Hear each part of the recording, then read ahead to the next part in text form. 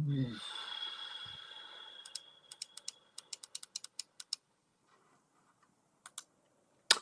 Well, hello. This is another daily update from the California Board of Psychology. I'm pretty tired right now as I'm talking to you. May look kind of tired. It's Friday, and I just spent the morning in a chat with Claude, where I went through pretty much everything from my entry into the family courts in the 2010 period, what was happening with that, what my analysis was, looking at the forensic custody evaluators, looking at the PAS experts, and then 2010, I developed my treatment plan and implemented it and walked Claude through all the things I've done since 2010 till 25 and into 26. What's going to happen here? So I have a Claude chat that pretty much knows everything that's going on, but it's tiring, okay, to go through that amount of information over the course of a morning. So I'm likely to take a little nap here and recover. But that it has to do with what my defense is going to be basically, and helping me organize the points that I need to do that in an efficient way. Um, and I have Saturday and Sunday to get that all together. My cross examination, I did some discussions with AI yesterday about that, typically Claude, about the cross examinations, and I'm pretty good about where I'm going to go.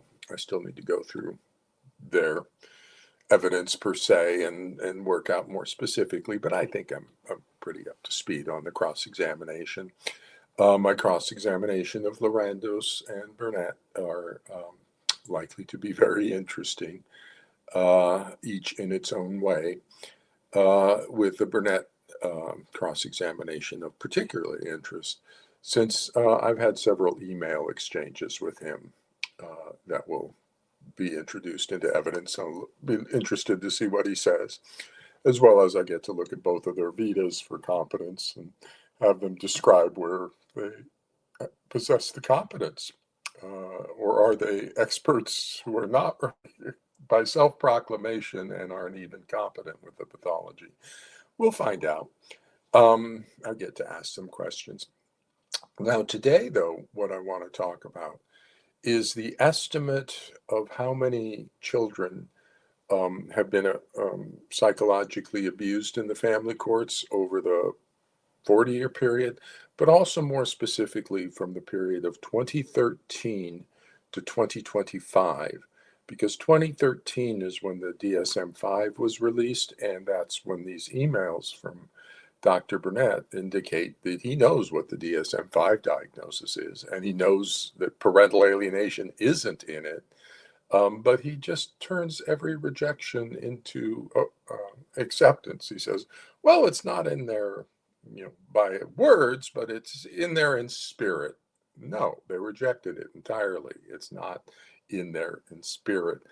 It's actually what he's calling spirit is actual psychiatric disorders, delusional disorder, factitious disorder, and child psychological abuse from either one, both of those. That's not parental alienation in spirit. That's other major psychiatric disorders, and so it's just kind of interesting. We'll find out what he thinks about this stuff going forward. But I've been talking with AI, just estimating the prevalence of um, child abuse in the family courts, and you can do this. I'll explain how you can estimate how many cases of child abuse there are. And one of the fundamental issues is that making up pathology labels for child abuse hides the child abuse from view and treatment. So it's not overly affectionate syndrome, it's child sexual abuse. And it's not stern discipline dynamic, it's child physical abuse. And it's not parental alienation, it's child psychological abuse. And this is really, really important to understand. And because I've worked child abuse, I've worked up close and personal, clinical director. I'm not just working as one of the treatment providers, I'm in charge of the whole kind of operation. So I kind of know about child abuse and complex trauma and foster care and stuff. And one of the important principles is do not use euphemisms. If it's child abuse, say child abuse, okay? And that's really, really, really important.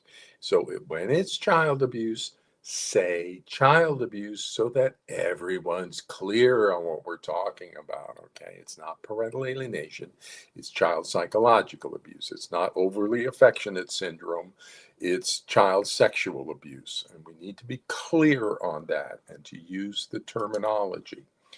Now, Dr. Burnett has known what the DSM-5 diagnosis is since 2013 because he sent around emails to the parental alienation study group, but he just doesn't tell people because he wants to be an expert in something. In the moment it's in the DSM-5 as delusional thought disorders and factitious disorder, then he's not really an expert in those sorts of things. And he's not an expert in attachment pathology, and he's not an expert in family systems and stuff. So, and he wants to be an expert. So he makes up a new pathology label and doesn't tell people what the actual DSM diagnosis is. And as a result, no one knows it's a delusional disorder. And as a result, no one knows it's psychological child abuse. And so as a result, 750,000 children have been sacrificed to child abuse since 2013 to 2025 in the US, and that's 1.5 million children worldwide because of parental alienation. If we'd stopped calling it in 2013, DSM comes out and says, there's no such thing as parental alienation. Dr. Burnett sends around an email that says, well, that's okay because it's a delusional disorder and factitious disorder. Well, if he had been promoting the DSM-5 delusional and factitious disorder, we'd be getting the child psychological abuse diagnosis since 2013. Those are major psychiatric disorders in the parent. It's like schizophrenia, only it's a delusional disorder. It's not the widespread thing. And it's a trauma delusion, not a psychotic delusion. But it's still a psychotic state in a parent who's creating that in the child. That's child psychological abuse. So we would have had the child psychological abuse diagnosis since 2013. So how many children have not been diagnosed with child abuse since 2013? AI's estimated about 750,000 children in the United States and 1.5 million worldwide. And the way it estimates that, and I'll talk about that in a second, is basically you take the number of divorces, then you take the number of divorces with children in them. That's either 40 to 50%, depending upon which statistics you use. Then you take 10% of those, because that 10% are the high conflict ones. The other 90% handle things really well, but 10% of them just become high conflict. And guess what? Estimates are that about 6% of the population has borderline personality disorder, and about 6% have narcissistic personality disorder. So that's about 10 to 12% have either narcissistic or borderline personality pathology, which is known to be high conflict. And oh my goodness, about 10% of divorces wind up in high conflict.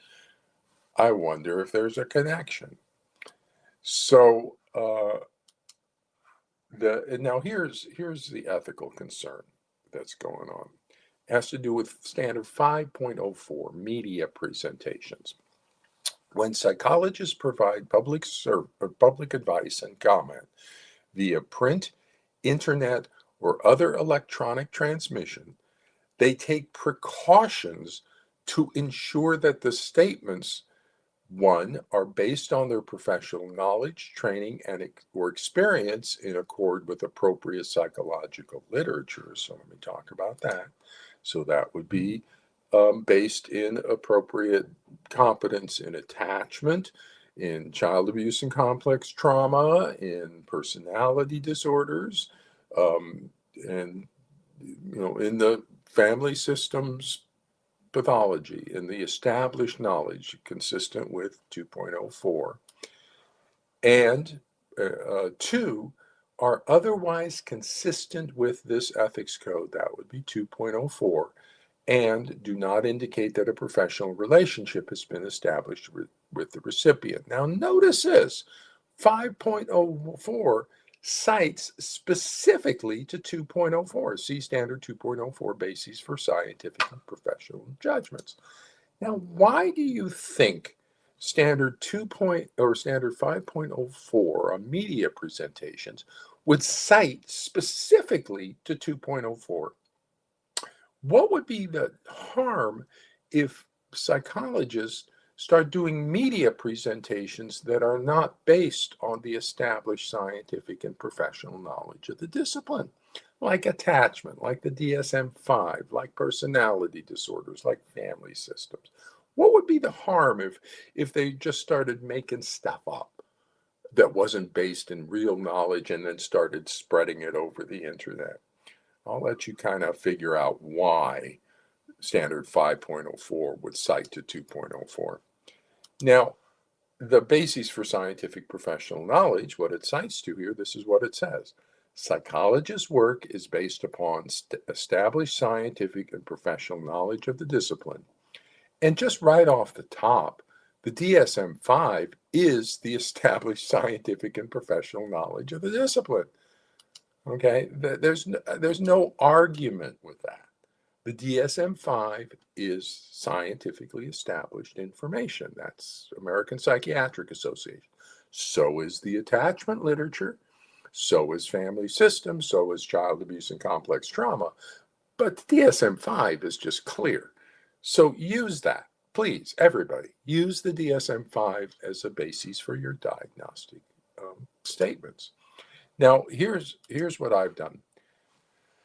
So how many children were sacrificed to child abuse since 2013? The answer, 750,000 in the US, 1.5 million worldwide. Now, where does that come from? So that comes from Claude. And it's up on my blog right now. So you can go to my blog, and this is a Claude analysis.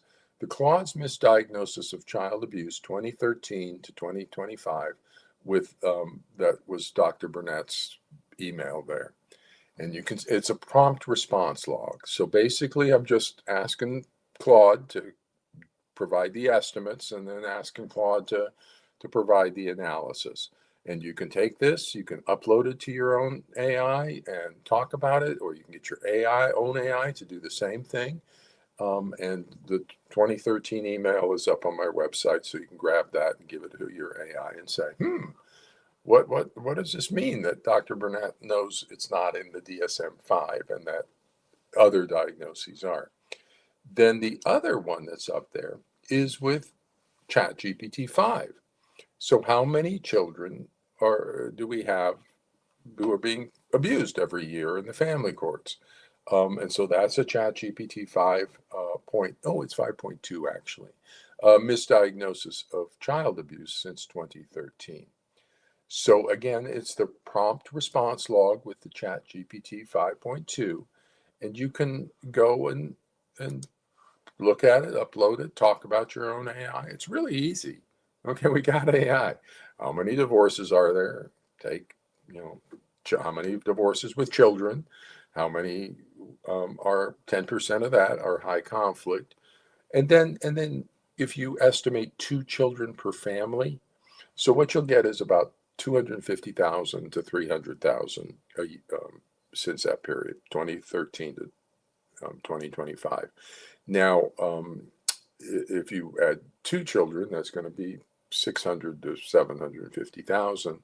And the slight variation is how many divorces have children. I think ChatGPT estimated it was 0.4, so 40%. And Claude estimates it's 50%, so you get 600 to 750,000. Now, that's also a low estimate when they both say, well, corrected for stuff, it could be up to 950,000. But I said, let's be conservative. Let's use the lower number of 750,000. Now, lower number of child abuse. Now, the basic unit here, just so you're aware, is that with one child, just one child, looking at everything, it's about 25,000 a year. So 25,000 child abuse cases enter the family court every year in the United States. And then a comparable number when you consider Canada, Europe, Australia, the rest of the world. So that's about 25,000 a year in both. So that's 50,000 a year total globally.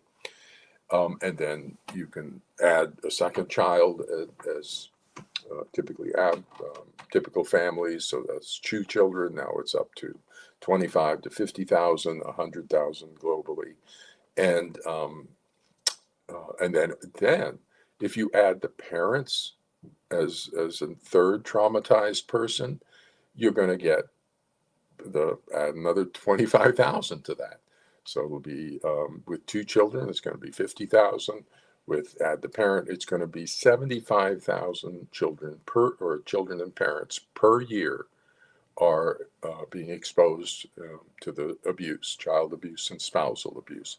And that's 75,000 in the United States, 75 per thousand in the rest of the world. So 150,000 children a year.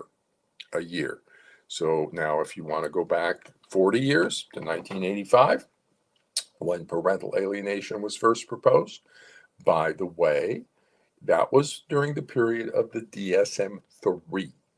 And the DSM-3 had a shared psychotic disorder, shared delusional disorder, and factitious disorder imposed on another. So it had the two major psychiatric disorders in it. All the time that Gardner and the PAS experts have been proclaiming, it's a new pathology called parental alienation. No, it's not. It's in the DSM-3. You just didn't look. Shared delusion, shared psychotic, and factitious disorder. Then, in, I think it was 2004 or something, the DSM-4 comes out. So the DSM-3 transfers, and so that's 25 or about 20 years.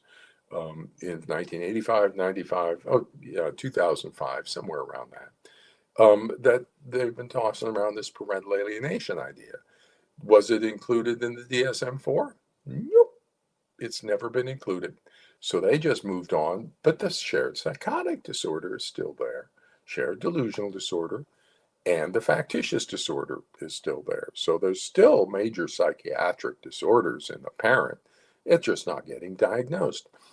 And interestingly about this is that all the time of this parental alienation thing back in the 80s and 90s and 2000s, when Gardner and his acolytes are proposing this, the criticism is that it was junk science because it's not in the DSM, which is true, but the actual diagnoses are in the DSM. All they had to do is say, well, it actually is in the DSM. It's a shared delusional disorder and factitious attachment pathology imposed on the child. And everybody would have gone, oh, it is in the DSM.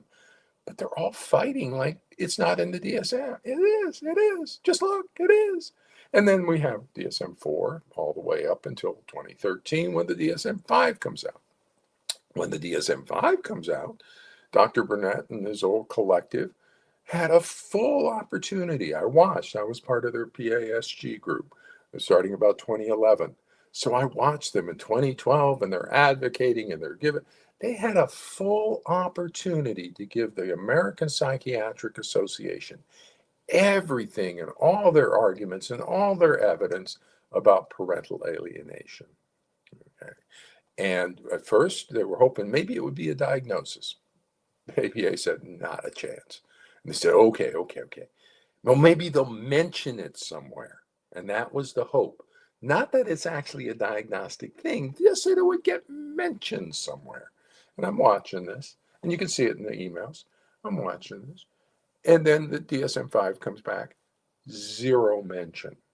Now, interestingly, another thing that the emails from Burnett point out is that the DSM-5 did add several diagnoses. V codes, they're called. So they're not major psychiatric disorders or modifiers.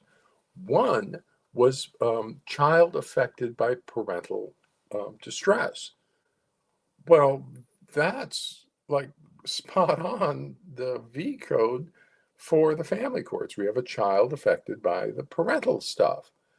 And in that V code, that would be the perfect place to mention parental alienation. And so child affected and parental, but they didn't.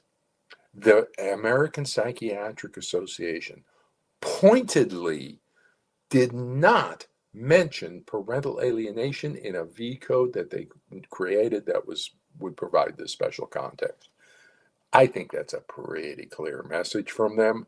They know what parental alienation is, and it's not anything they're going to even get close to, even by mention.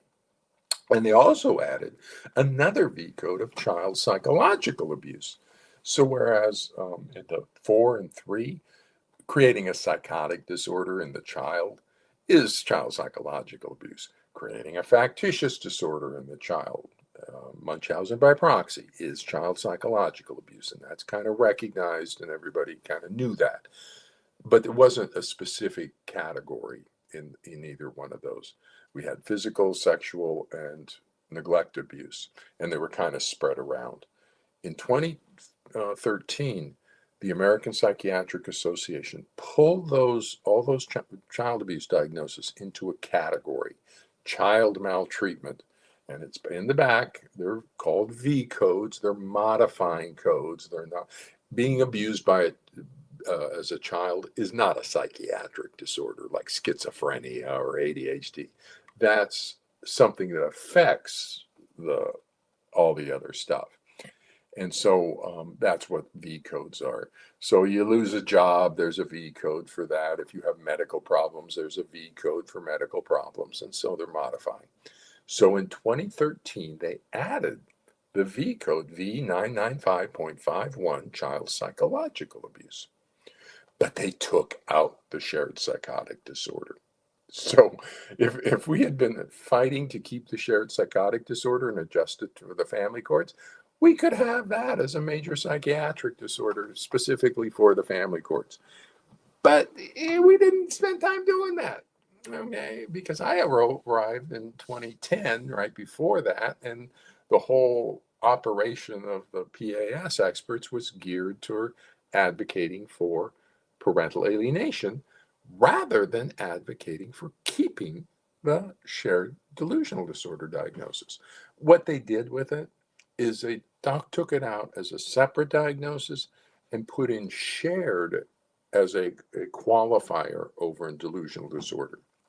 So right now it's a delusional disorder with a qualifier of shared. And that would be for the child. For the allied parent, it would just be a straight delusional disorder. The type is a persecutory type. So that's where the diagnostic systems stand on this right now. Interestingly, so I'll wrap up here because I'm kind of tired and I want to kind of rest and get on with stuff a little bit.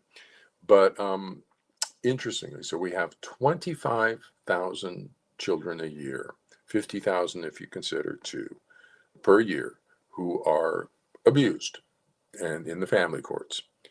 And so there's only two possibilities for a child rejecting a parent, a child seeking to flee from a parent. There's only two things that cause that. One is child abuse by the targeted parent that's causing the child to want to flee that parent, get and reject that parent. That's path A.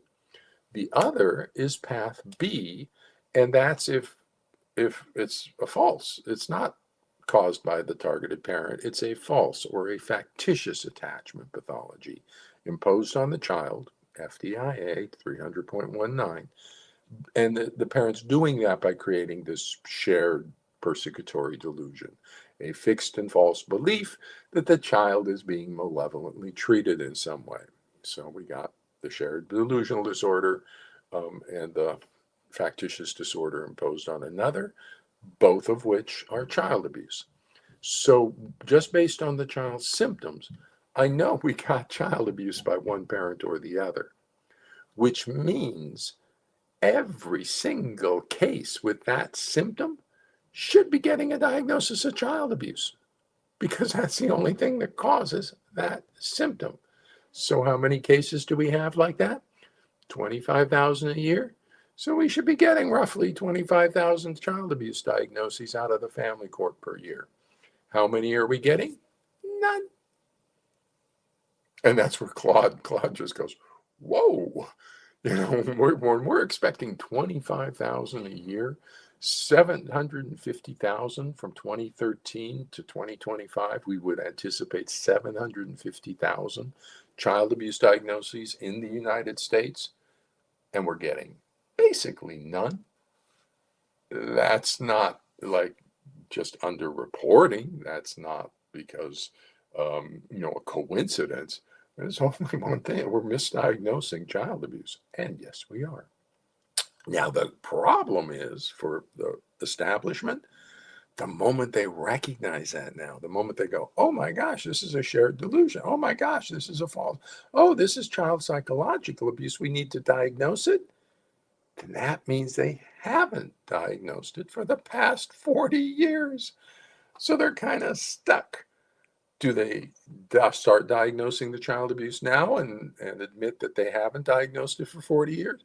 Or that they continue to ignore it and allow another 25,000 children every year to be abused? 50,000 if you have 2 children, and if you consider it globally, it's 100,000 children a year. And then you can just divide by 365 on any of those numbers and come out to like 250 children a day or something. Every single day, 250 children are entering the system who are being abused. So we should be getting 250 diagnoses of child abuse a day. And that speaks to the forensic custody evaluations. Ooh, my goodness. Because they're doing the evaluation. They take 6 to 9 months, which is a long time for when it's child abuse is being considered. So they just take a leisurely 6 to 9 months, and they're the ones that should be coming back with a child abuse diagnosis. Okay, they should be coming, and they're not. My goodness, this is just, when this opens up, it's going to be a scandal. Be like, oh my goodness gracious, far more than the sex abuse scandal in the Catholic Church that involves, unfortunately, people. But that's individuals, and it's nowhere near 750,000 in the past decade, or 25,000, abuse cases per day or per year. 25,000 per year. That was nothing like this. So this is going to be quite the scandal. And the reason it happened, just so I can clue you in, the reason it happened is because the forensic custody evaluators were allowed to perform an experiment on human subjects without institutional review board, IRB review, which is required for all experiments on human subjects. But they didn't conduct their experiment within the academic or healthcare settings where there's IRB reviews, and it's important, standard 8.01 of the AP Ethics Code. You get an IRB review, risk-benefit analysis, protection for the vulnerable populations, things like that. Didn't get it. The reason is they scooted over to the legal system to get authorization for their experiment, and the legal system has no oversight mechanisms.